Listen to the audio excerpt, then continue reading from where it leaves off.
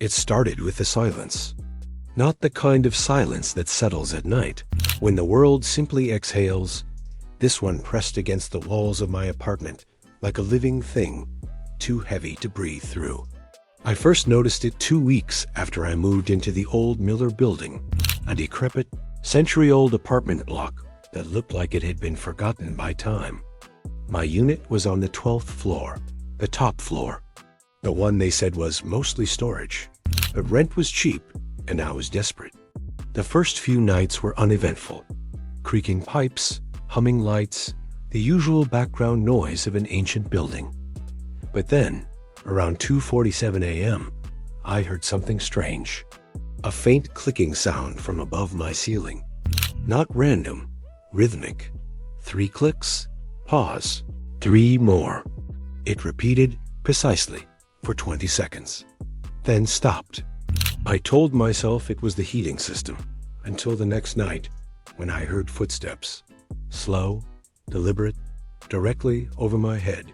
The 12th floor had no 13th. There shouldn't have been anyone above me. On the 3rd night, I called down to the building manager, a gray-haired man named Reeves, who always smelled faintly of sawdust. No one up there, he told me.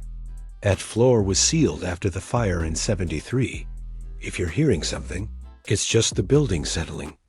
That would have been fine, except that the next night, I saw him. At 2:47 a.m., the lights flickered. My clock froze mid-tick. The silence grew so dense that I could hear the blood moving in my ears. Then came the clicks, 3 sharp metallic snaps, directly from the ceiling vent above my bed. And then a shadow moved behind the vent slats. It wasn't fast.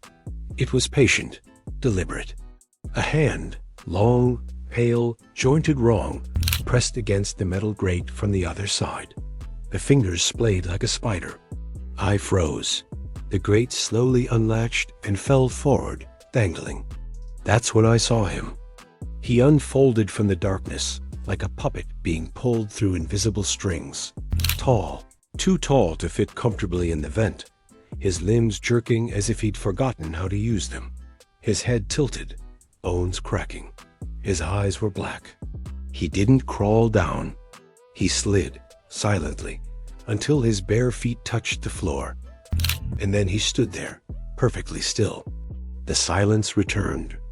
For a full minute, neither of us moved. My heart hammered so hard it felt deafening in that dead air. Then, slowly, his head turned toward me, a motion too precise, too mechanical. "You shouldn't be awake," he said. The voice wasn't quite human. It sounded like it came from somewhere inside the walls, like the air was speaking. I couldn't respond. He started to walk toward me, 1 step at a time. His joints didn't bend right.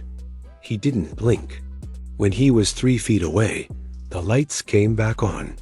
The sound of the city returned, the hum of the fridge, the wind through the vents.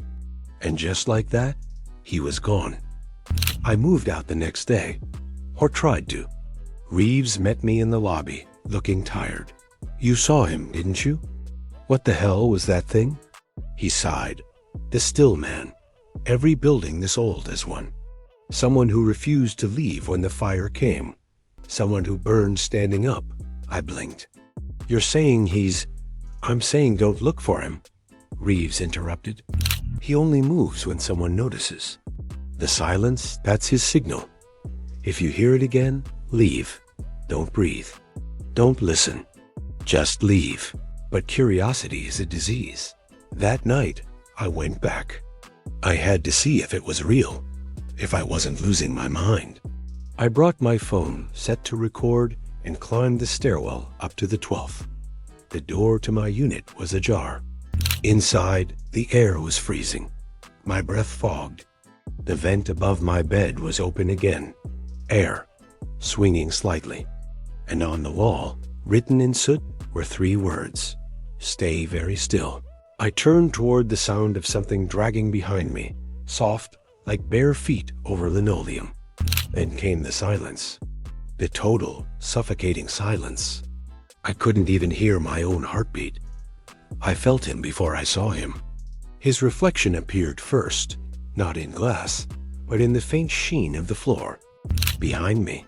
Close. I turned my phone's flashlight toward him. He was inches away, his face stretched in a grotesque, almost sorrowful grin. Then everything stopped. They found my phone 2 weeks later. The footage showed only static and faint audio distortions, rhythmic clicking at 2:47 a.m., and a long, dragging sound. The final frame before the feed cut to black showed a tall figure standing perfectly still in the corner, its head tilted toward the camera, eyes like wet coal. And faintly, on the audio, a single whisper, "You shouldn't be awake."